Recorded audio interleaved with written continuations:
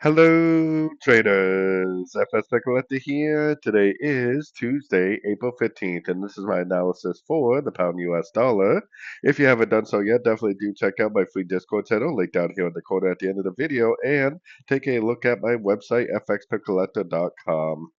So anyways, the pound dollar just keeps on drifting up. I mean, every single one of these swings right here, you will notice that every single one of these is a higher low.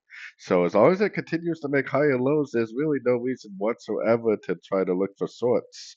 Now, for me, the last significant structure is right here because that's the last time it made a swing low and then went up and made a swing high. So this would be my structure level that would turn me into a seller. If it does decide to go down and take out that structure, then at that point I would start looking for pullback entries to go short.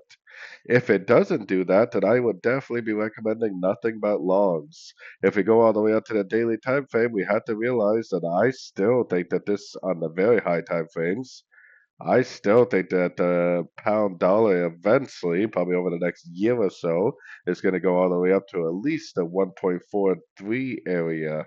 So I'm very, very, very bullish still. So that doesn't mean there's not going to be some very big pullbacks along the way. I mean, that big uptrend potentially is going to take all year to play out.